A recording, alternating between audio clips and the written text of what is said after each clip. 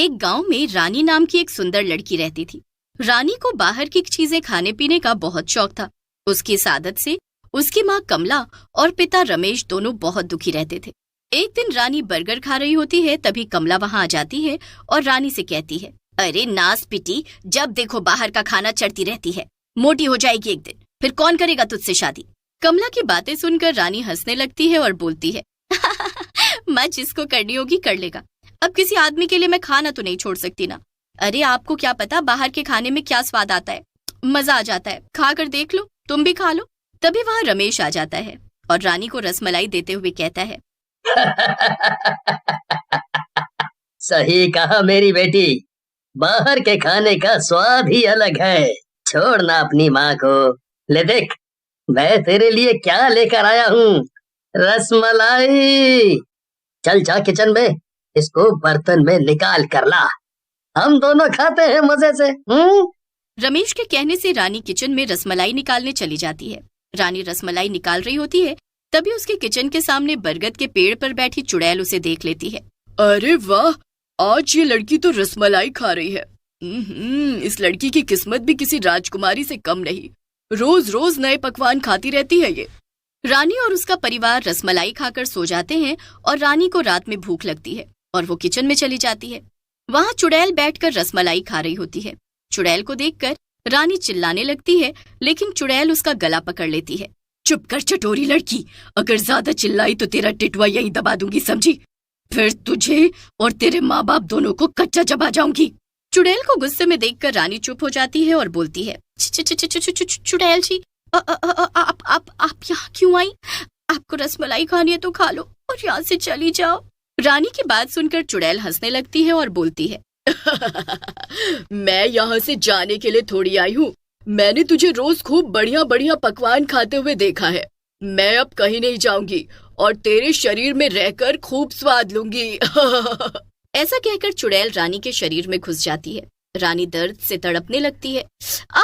मेरे शरीर में मत जा चुड़ैल, निकल जा, मुझे बहुत दर्द हो रहा है। ऐसा कहकर रानी बेहोश हो जाती है और अगले दिन जब उसे होश आता है तो उसकी आंखें लाल हो जाती हैं और उसकी आवाज भी बदल जाती है। रानी कमला से बोलती है, माँ मुझे मोमोज खाने हैं, ला कर दो।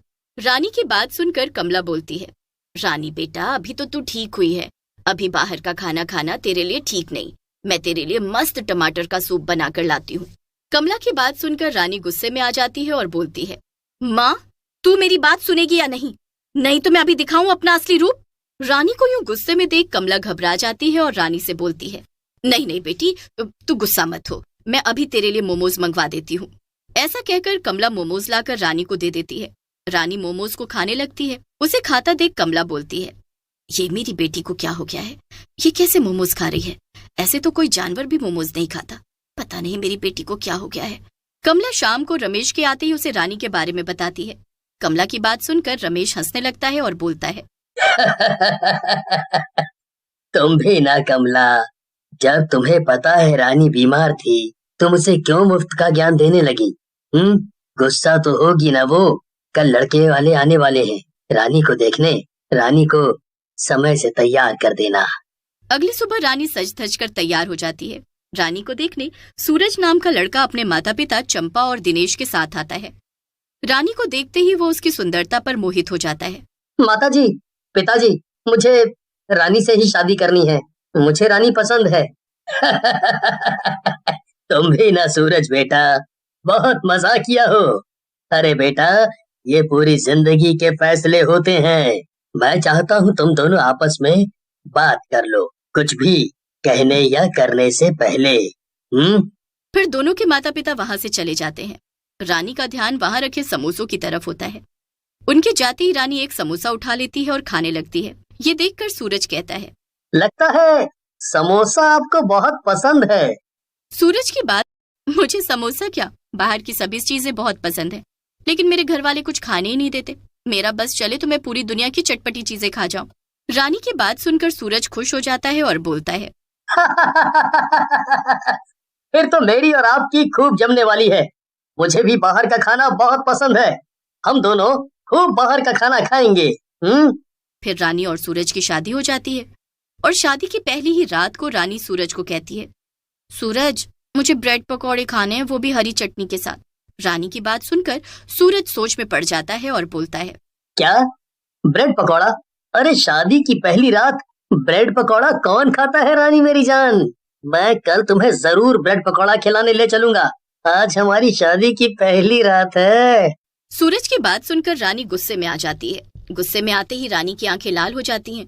वो सूरज को घूरते हुए कहती है, मुझे आज रात और अभी ही ब्रेड पकौड़ा खाना है, लेकर आओ, नहीं तो मुझसे बुरा कोई नहीं होगा। रानी को यूं गुस्से में देखकर सूरज घबरा जाता है और बोलता है, तुम गुस्सा मत करो रानी, मैं अभी लेकर आता हूँ। ऐसा कहकर सूरज कमरे से निकल जाता है और रात में ही ब्रेड पकौड़े ढूंढ कर लाता है और रानी को खाने के लिए देता है। रानी सूरज से ब्रेड पकौड़े लेकर खाने लगती है। उसके अंदर की चुड़ैल जाग जाती है और वो जानवरों की तरह ब्रेड पकौड़े को नोच नोच कर खाने लगती है। उसे इस तरह खाता देख सूरज घबरा जाता है और वहां से चला जाता है। अगली सुबह वो सारी बातें अपने सबसे अच्छे दोस्त रघु को बताता है, जिसे सुनकर रघु बोलता है, यार तेरे साथ तो बहुत बुरा हुआ। शादी की पहली रात तू ब्रेड पकौड़ा ढूंढ रहा था। लेकिन तेरी बात सुनकर मुझे लगता है रानी भाभी के ऊपर किसी चुड़ैल का साया है। तू भी न रघु, अगर तू मेरा दोस्त नहीं होता तो तेरा मुंह तोड़ देता। मेरी रानी के ऊपर चुड़ैल का साया? कैसी बातें कर रहा है तू? सूरज मेरे भाई, रानी भाभी के बारे में बोलते हुए मुझे भी अच्छा नहीं लग रहा, लेकिन जो सच है वो सच है और मैं इसे सिद्ध कर सकता हूँ। उस रात सूरज और रानी अपने कमरे में बैठे होते हैं। तभी वहाँ रघु आता है। उसके हाथ में एक थैला होता है और वो रानी से बोलता है, मेरी प्यारी भाभी, देखो आपका छोटा देवर रघु आपके लिए क्या लाया है। आप खुश हो जाओगी देखकर। रानी रघु से थैला ले लेती है और थैले को पलट देती है। थैले में से एक बकरी का कटा सर बाहर गिर जाता है। ये देख सूरज गुस्से में बोलता है, रघु, ये सब क्या है? तुझे पता है ना, हमारे यहाँ कोई भी मांस नहीं खाता और तू कटा हुआ बकरा लेकर आया है। लेकिन रानी हंसने लगती है और बोलती है, अरे क्या हुआ सूरज जी, रघु पर इतना गुस्सा क्यों कर रहे हो? अरे मैं तो खाती हूँ ना बकरा। ऐसा कहकर रानी बकरे को खाने लगती है और उसी समय उसका रूप बदलने लगता है, लेकिन उसे ध्यान नहीं रहता और वो चुड़ैल बन जाती है। सूरज ये देखकर घबरा जाता है और बोलता है, चुड़ैल, रानी तू चुड़ैल है, चुड़ैल बचाओ। सूरज को यूं चिल्लाते हुए देखकर उसके माता पिता भी वहां आ जाते हैं और उसकी माँ चंपा बोलती है, हाय ये रानी चुड़ैल कैसे बन गई? हाय रे मेरी बेटी की फूटी किस्मत, चुड़ैल से शादी हो गई। उन सब का रोना धोना सुनकर चुड़ैल गुस्से में आ जाती है और बोलती है, ए बुढ़िया, इतना क्यों चिल्ला रही है? तेरी बहू ठीक है, मैं उसके अंदर की चुड़ैल हूँ, समझी क्या? मैं इसके शरीर में रहूंगी और अगर तुम लोग ज्यादा फड़फड़ाए तो अगला नंबर तुम सबका होगा। अभी तो मुझे हनीमून पर भी जाना है तेरे दोस्त के साथ, वहाँ की बढ़िया चीजें खानी है। क्यों सूरज डार्लिंग, बोलो ना अपने दोस्त को। ठीक है चुड़ैल भाभी, हम सब घूमने चलेंगे और खूब अच्छे पकवान भी खाएंगे। अबे हनीमून पर जाना है, कोई पिकनिक पर नहीं। वहाँ तेरा क्या काम? मेरा काम तो नहीं है, पर मैं खाने पीने की बहुत अच्छी जगह जानता हूँ, क्योंकि मैं ट्रैवलर हूँ। देख लो चुड़ैल जी, ऐसी चीजें खिलाऊंगा कि आपको मजा ही आ जाएगा। फिर सब लोग चुड़ैल को बातों में फंसाकर अयोध्या ले आते हैं, जहाँ श्री राम लला की मूर्ति की स्थापना हुई थी। अरे तुम मुझे यहाँ ले आया और कुछ खिलाए नहीं अभी तक।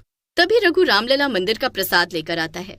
चुड़ैल उसे बड़े चाव से खाने लगती है और पूरा खा जाती है। कुछ देर बाद, ये क्या हो रहा है? तूने मुझे क्या खिला दिया? मुझे बहुत जलन हो रही है। धीरे धीरे चुड़ैल जलने लगती है और भस्म हो जाती है। चुड़ैल के भस्म होते ही रानी ठीक हो जाती है।